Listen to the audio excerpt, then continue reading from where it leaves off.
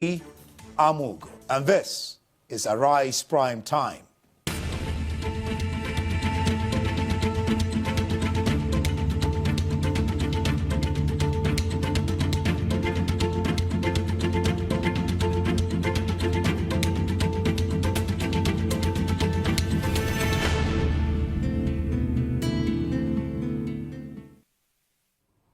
Our attention is once again drawn to the security situation that has left many lives ending in a tragically gory state in the southeast region. As the situation goes from what you could call bad to worse, making the unarmed civilian an endangered species in his daily life, the Nigerian military has been trying to forestall this ugly recurrence, while the regional security threat has spread its roots into widespread criminal activities and violence. I'm delighted to have the former PDP governorship candidate in 2021, currently a Labour Party stalwart, an immediate past president and chief executive officer of the Transcorp Group, Valentine Ozigbo. He joins us on Arise Primetime. Glad to have you join me. Thank you so much, Ndee. Yeah, well done. Just like we talked about there, let's go straight to the fact that Simon Ekpa has been arrested. And will this stop insecurity in the southeast? What do you think? Also, I'm saying the emergence of a new female leader, a female, has occurred. So what do you think? Will this stop insecurity we're experiencing in the southeast? To be honest, I think for me, the place I want to start off this conversation is to try to paint a picture of how terrible things are in the southeast.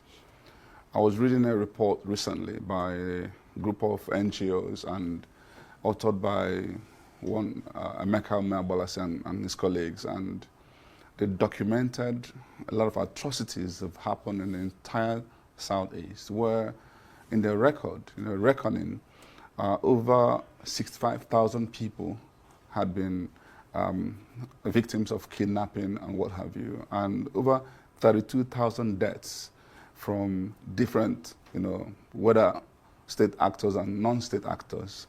And all of these things tell you the level of deterioration we've suffered. And what is saddening is what has happened even in recent time, particularly in my own dear state, Anambra, where nobody's spared. Archbishops are not spared. House of Assembly members, not spared, Reverend Fathers, Reverend Sisters, lawyers, nobody's spared. It's just a matter of who's going to be the next victim. And when this happens, there is not even any hope in sight, no rescue in sight. It's just when the criminals decide to leave you off, if they decide to murder you or sell your body parts, it's their decision. And they do this unchecked.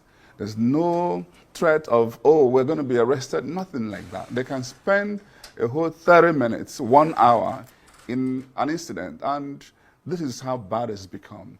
And so when we're now going to go into the root cause of this, I don't think it's appropriate to just coalesce it into IPOB activities, because that's what your question is tending to suggest. Arrest of Simon Ekpa, will it stop? As if that's the only, no. Let's go deep into what are actually the root causes of this issue. In my opinion, again, it's just when you have poor leadership, because even within the same Southeast, some states are better than some. Anambra is seen as the worst today. Enugu is relatively better. Abia is better. What are they doing differently? Still the same, and guess what? Sam Ekpa is not even from Anambra State. Nnamdi Kanu is not even from Anambra State. Why is Anambra the worst? It boils down to issue of leadership. Now, let's talk about the IPOB. I believe that agitation actually is not a wrong thing in itself. Somebody saying, this is what I want, it's not a wrong thing. How you go about it could be wrong, and how also the government treats it could be wrong. And that's what we've been facing today. I'm one of those who have called for the release of Nnamdi Kanu. I don't think the continued detention, incarceration, and all of this is helping matters. And quite frankly, I don't know Simon Ekpa. We see some of the videos he does, and whether he changes, replaces, I think is irrelevant to what we're talking about. Because what has happened is that there are now huge criminal elements that hide under the auspice of IPOB to create all manner of issues. But truly speaking, they are not agitators. They are criminals. So what I say to leaders, forget about this nomenclature. Deal with criminals of whatever form. I think your governor has even made that statement. He said, let's call a spade, and not an agricultural instrument. Let's call criminals criminals. Yes. And deal with them as criminals. Purely. So why is that not happening? I'll ask you this. Because you said it's a question of leadership. Yes. So have the governors of the security of the I wrote SE of the Southeast, have they shared their responsibilities even with the security votes? The answer is yes and no. Because I don't want you to put all of them in one basket. And something happened recently in Anambra State where a priest was kidnapped. Another reverend father had to call a governor of another state for help to track what happened in Anambra State. And when the whole thing was done and finally, thankfully, the priest was released, they had to go back to the governor in Enugu State to say, thank you for helping us. What I'm saying to you is that it's not just the case of the Southeast governors. Let's be specific. Some are doing much better than others. In the case of Anambra State, I have no clue what is going on.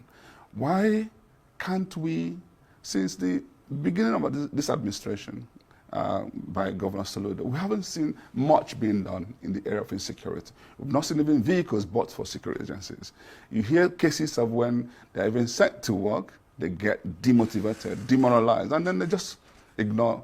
And then if you look at all the cases that have happened, the same story. There's not any attempt to rescue. But that's not the picture. I interviewed him here. That's not the picture the governor painted.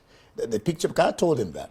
So I'm said in 15 local government areas, they were asking the president to declare a state of emergency, but he said it must be some, for lack of, let me not use miscreants, some people he doesn't know, but that they've done quite some good job that there's peace in Anambra State. That's what he said. I don't want us to shift this into a debate, because it's not. Do me one favor. You have your correspondent in Awka. Figure out what is going on. In Anambra State, the government house, few meters away at Nibo, they were celebrating New Year Festival. Criminals took their time, killed many people. Up to today, not a single person has been arrested. In the case of Awka North, the entire of the Urum bush and all of that, if you see and hear evidences from kidnapped victims who were thankfully released, and they tell their story, it is alarming. Once this interview is over, I'm going to share a lot more. Okay. The point here is that every single Anambra person who is savvy enough to understand what is going on, we all come to the same conclusion that nothing has been done so far. It's not a matter of these things are happening, but what is our response? Where is the leadership? What are you doing to create, first of all, the intelligence, the control room, where you monitor and see what is happening in different parts of Anambra State? What are you doing to empower the security agencies? And how do you craft the architecture that bring it down to the local units? How do you integrate the Ndee, the town unions, into all of this? How do you actually even provide sufficient empowerment for young people so that they can be gainfully employed? How do you become a source of inspiration and hope so that people will know that if they work hard, they will make a living? The point here is that we are in a situation where, guess what? Everybody is helpless and there is no hope in sight. And just recently, it's saying that after Christmas, it's going to launch some security initiative. And people are saying, why wait until after Christmas? Are you using that for a re-election gimmicks or what? Why? What happened in the first 3 years of your administration? Why are you waiting on the twilight to launch? Because we say this because we know sometimes what usually happens is leadership. They are usually the architect of some of these things. They empower criminals for political gains. And when they're not empowered, they don't know how to treat these criminals. How do you even recover some of the guns you've armed wrong people? And this is what we keep saying. And it's not just in Nigeria. The whole case of banditry, you hear cases across of the length and yes, of you hear the cases country. of these people actually came in through the politicians who use them for nefarious activities. And then when the job is done for them, what next? They have no answer. Because they don't have employment. They have no answer. They start, again, you've raised another issue. You have the leaders. Because we're talking particularly about the Southeast, even though you mentioned, of course, Nigeria in general. Have the leaders in the Southeast, do you think, that they played the ostrich looking for the cause of the problem outside their shores while the problem is within? Because I've seen so many leaders talk about, okay, I'm going to come to Nnamdi Kanu and all that. But don't you think they've played the ostrich, begging the issue, looking for, somebody said it's only the rat that is inside that tells the one outside that there's fish in the kitchen? 100%. If you actually dig further, if you read this report I'm talking about, it identified the real actors. You will see the one that are externally influenced. You also see the one internally influenced. A lot of the things happening are actually being created and caused by also the people of Anambra State. We're not talking only about Anambra State. I'm just using, the same way. If you go to Imo, you go to Ebon, you go to Abia, you see those cases, because what you even find is that simple intelligence.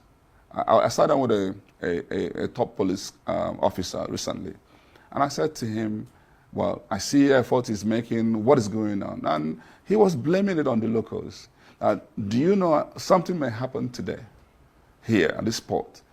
They will pursue, give a chase, and then when they get there, ask the locals, where did they go to? Nobody will talk. And I said to him, do you know why that is happening? It's happening because some of them are under oath, which means nothing. It's just a matter of they're getting intimidated. And some of them don't trust you guys to be able to provide this information because they don't know who they're talking to. Maybe once the information gets back to these criminals, that is this guy, you create a problem for that whole family. And so, what do? You think differently. It's all imagination, creativity. Create a whistleblowing opportunity and an anonymous way of gathering this information so that people are protected when they give out this information. What I'm saying, in fact, is that none of these things are intractable. We've had issues like this in the past, and we solved them. So it's just a case of leadership. And what I keep saying to people is they should stop looking at whether it's external or internal. Don't blame anybody. Deal with the issue. Take leadership. Do what you have to do because you are the chief security officer. Officer in the state. That's all. Now, because what we discuss, I mean, we must not forget the fact that the purpose of the discussion anyway is to find solutions to these problems. I was discussing with a security expert, Kabiru Adamu, and he believes that a tripartite dialogue between the federal government, the state, and the leadership of the proscribed Biafran groups, especially Kanu, and this can iron out a political settlement to eliminate insecurity in the Southeast in its entirety. What do you make of this as a solution? I agree with that submission. You know why? Don't give anybody any excuse anymore.